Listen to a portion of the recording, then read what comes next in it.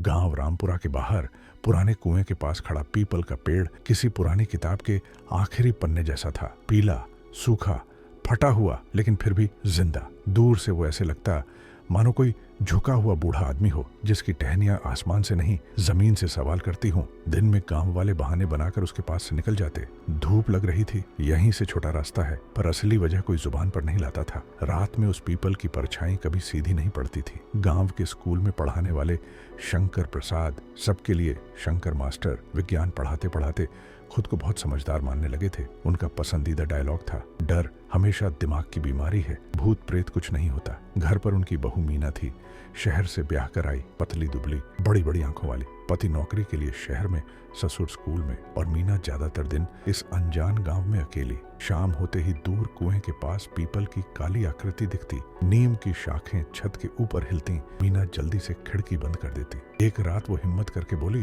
बाबूजी, लोग कहते हैं उस पीपल के नीचे किसी औरत ने फांसी लगा ली थी, सच है क्या? शंकर हंस पड़े, चश्मा ठीक करते हुए बोले, कहानियां हैं बहू, डराने के लिए, भूत प्रेत कुछ नहीं, बस दिमाग का खेल है। मीना ने धीमे से कहा, पर कल उसकी परछाई उल्टी दिशा में पड़ रही थी, चांद उधर था, छाया इधर। शंकर झुंझला गए, वहम है, रात है, हवा है, बादल है, हर चीज में भूत मत देखा करो। कुछ महीनों से गांव में एक के बाद एक मुसीबतें आने लगी। किसी के बच्चे को अचानक तेज बुखार, कहीं बेवजह लड़ाई, किसी के खेत में अजीब बीमारी। आखिर में सबने वजह ढूंढ ली। पीपल अशुभ हो गया है, सूख रहा है, इसकी जड़ें ही बीमारी भेज रही हैं। पाल पर ग्राम सभा बैठी। शंकर ने साफ कहा, पेड़ है बस, देवता न दानव, रास्ते में आ रहा है, काट दीजिए, डर आंख से निकालो। कुछ बूढ़ों की आंखों में झिझक थी, वे चुप रहे। फैसला हो गया, अगले दिन पीपल काटा जाएगा। दोपहर में तेज धूप थी, पहाड़े चमक रहे थे। मीना दूर खिड़की से देख रही थी, तभी तने पर पहला वार पड़ा, जैसे किसी की हड्डी टूटी हो। सूखे पत्तों में अजीब सी सरसराहट उठी, जैसे कोई भीड़ एक साथ फुसफुसा रही हो। वार हुए थे कि अचानक काले बादल घिर आए, आंधी चली, फूल उठी। दूर घबरा गए, ठीक नहीं लग रहा, जैसे बिजली भी चमक रही है। कर बोले, मौसम है, डर काहे का? हवा और तेज हो गई। दूरों ने काम छोड़ दिया और भाग गए। पल अब आधा कटा, आधा खड़ा रह गया, एक तरफ झुका हुआ, जैसे जिद पर अड़ा हो, नहीं गिरूंगा। उस शाम से गांव की हवा बदल गई। उस रात आंगन में टंगी लालटेन की रोशनी दीवार पर पड़ रही थी। मीना ने देखा, उसकी अपनी परछाई तो साफ थी, पर पीछे कोने में तीसरी परछाई बन रही थी। वो किसी औरत की थी, लंबे बाल, टेढ़ी गर्दन, और सबसे डरावनी बात, रोशनी की दिशा से उल्टी। मीना ने पलक झपकाई, परछाई गायब। उसने खुद को समझाया, थक गई हूँ। सुबह आंगन में झाड़ू लगाते हुए उसे घर के भीतर तक सूखे पत्ते दिखे, पर ये साधारण नहीं थे। छूते ही उंगलियां कालेपन से रंग जाती, जैसे राख हो। शंकर ने देखा तो बोले, पीपल के पत्ते हैं, हवा उड़ा लाई होगी। मीना ने कहा, पर ये जैसे जले हुए हैं। शंकर मुस्कुरा दिए, तुम तो हर चीज में भूत देख लोगी बहू। स्कूल में एक दिन शंकर बच्चे को प्रकाश और छाया पढ़ा रहे थे। उन्होंने पूछा, सूरज इस तरफ हो तो छाया किधर पड़ेगी? बच्चों ने एक ही दिशा में उंगली उठाई। शंकर बोले, देखा विज्ञान कितना सरल। अचानक उनकी नजर पीछे वाली दीवार पर पड़ी। बच्चों की परछाइयां तो ठीक थीं, पर उनकी अपनी परछाई थोड़ी दूसरी तरफ खिसकी हुई। और अजीब बात, उन्होंने हाथ पीछे बांधे हुए थे, लेकिन परछाई में हाथ आगे जुड़े हुए दिख रहे थे। उन्होंने दोबारा देखा, सब सामान्य। दिल की धड़कन तेज हो गई। उन्होंने खुद से कहा, थकान होगी, पर अब रोज शाम को उन्हें लगता उनका साया उनसे एक कदम आगे चल रहा है। रातें भारी होने लगीं। मीना को लगता कमरे के बाहर कोई धीरे धीरे चलता है। अभी खिड़की की जाली पर नाखून घिसने की खराश सुनाई देती। एक रात शंकर की नींद टूटी, दरवाजा आधा खुला था। बाहर आए। मीना आंगन के बीचों बीच खड़ी थी, आंखें खुली, होश कहीं और। उसके सामने चांद की रोशनी से बनी पीपल की लंबी परछाई आकर उसके पैरों पर खत्म हो रही थी। मीना की आवाज आई, वो उसकी नहीं लग रही थी। मैंने नहीं काटा तुम्हें, मत ले जाओ हमें। शंकर ने घबरा कर पूछा, किससे बात कर रही हो बहू? मीना की गर्दन अचानक ऊपर पीपल की दिशा में उठी और कुछ सेकंड के लिए उसकी परछाई दीवार पर नहीं, पर उल्टी बनती दिखी। शंकर ने भागकर उसे झकझोरा, हड़बड़ाकर रोने लगी। बाबूजी, कोई मुझे बुलाता है, कहता है पेड़ की जगह वापस कर। नीचे जहां वो खड़ी थी, ऐसा लग रहा था जैसे पीपल की छाया उसके पैरों से चिपकी हो।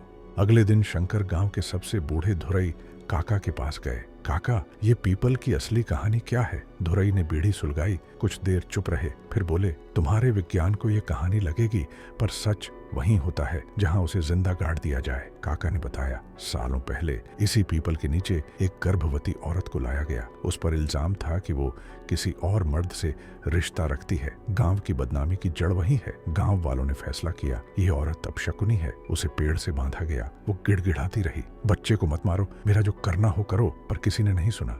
उस रात उसे फंदे से पीपल की टहनी पर टांग दिया गया। सुबह जब हवा चली, उसका शरीर झूल रहा था और नीचे उसकी परछाई जमीन पर नहीं पड़ रही थी। तभी से कहा जाने लगा, इस पेड़ की छाया सीधी नहीं पड़ती। जिसने उस औरत की मौत में साथ दिया, उसका घर कभी सुखी नहीं रहा। फिर काका ने शंकर की तरफ देखकर कहा, पेड़ काटने की बात तुमने ही उठाई थी ना मास्टर? उसको लग रहा होगा एक बार फिर उसकी जगह छीनी जा रही है। शंकर तमतमा गए। पेड़ काटने से रूहें कहाँ जाग जाती हैं काका? ये सब अपराध बोध की कहानियां हैं। काका बस मुस्कुराकर बोले, फिर डर तुम्हारे घर से ही क्यों शुरू हुआ? शंकर के पास कोई जवाब नहीं था। आखिरी रात जब परछाई जिंदा हो गई, उस रात पूरा चांद था और एक कोना ऐसा लगता था जैसे किसी ने काट दिया हो। हवा पीपल की तरफ से आ रही थी, सड़े हुए पत्तों की गंध के साथ। आधी रात के बाद की आवाज हुई, जैसे कोई दरवाजा नहीं, खिड़की का शीशा खटखटा रहा हो। शंकर ने खिड़की खोली। दूर कुएं के पास आधा कटा पीपल बिना हवा के भी हल्का सा झूल रहा था। अचानक उनके पैरों के पास जमीन पर जाली की परछाई अपने आप हिलने लगी, मानो कोई दृश्य हाथ उसे घुमा रहा हो। भी पीछे से आवाज आई, बाबूजी। मीना दरवाजे पर खड़ी थी, आंखें खाली। उसके पीछे दीवार पर दो परछाइयां थीं, उसकी एक किसी लंबी बालों वाली औरत की। उसके बिल्कुल पीछे खड़ी लगती थी कि वहां कोई नहीं था। मीना की ठंडी आवाज गूंजी, वो कह रही है, पेड़ की जगह वापस कर दो, वरना वो हमारे घर के अंदर आया बनकर रहेगी। शंकर ने चीख कर कहा, उन्हें तू सामने आ। मीना ने खिड़की के बाहर इशारा किया, पल की तरफ।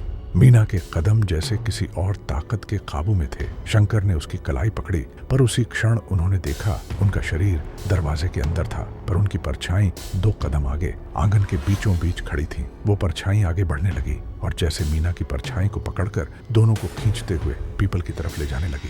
शंकर उसे रोकते रोकते पेड़ तक आ गए। जड़ के पास जमीन पर पुराना काला दाग था, जैसे बरसों पहले वहां कुछ जला हो। हवा में धीमी फुसफुसाहट आई, जिसने मेरी जगह छीनी उसका घर अधूरा रहेगा। शंकर घुटनों के बल गिर गए। मैंने तेरे गले में फंदा नहीं डाला, मैंने पेड़ काटने की बात कही, ये सोचकर कि बस पेड़ है, अगर हिसाब चाहिए तो मुझसे ले ले। मेरी बहू को छोड़ दे, मेरे घर को छोड़ दे। हवा बर्फ जैसी ठंडी हो गई। आधी कटी टहनी ऐसे हिली जैसे ऊपर किसी ने रस्सी घुमाई हो। उस पल मीना और शंकर दोनों की परछाइयां एकदम स्थिर हो गईं। मीना अचानक पीछे गिर पड़ी, जैसे किसी ने धक्का दिया हो। उसने हाँफते हुए आंखें खोली। बाबूजी, हम यहाँ कैसे आए? शंकर ने पीछे देखा। पीपल की परछाई अब सीधी थी, लेकिन उन्होंने जब नीचे जमीन पर नजर डाली, उनकी अपनी परछाई गायब थी। आखिरी सुबह और बची हुई छाया सुबह गांव वालों ने देखा। शंकर मास्टर पीपल के नीचे पड़े हैं, आंखें खोली। चेहरा ऐसा जैसे रात भर किसी से बहस करते करते थक गए। शरीर पर कोई चोट नहीं थी। मीना जिंदा थी, होश में थी, पर उसे रात की बहुत सी बातें धुंधली याद थी। बस इतना कि उसे लगता कभी कभी उसकी छाती में किसी और की धड़कन चलती है।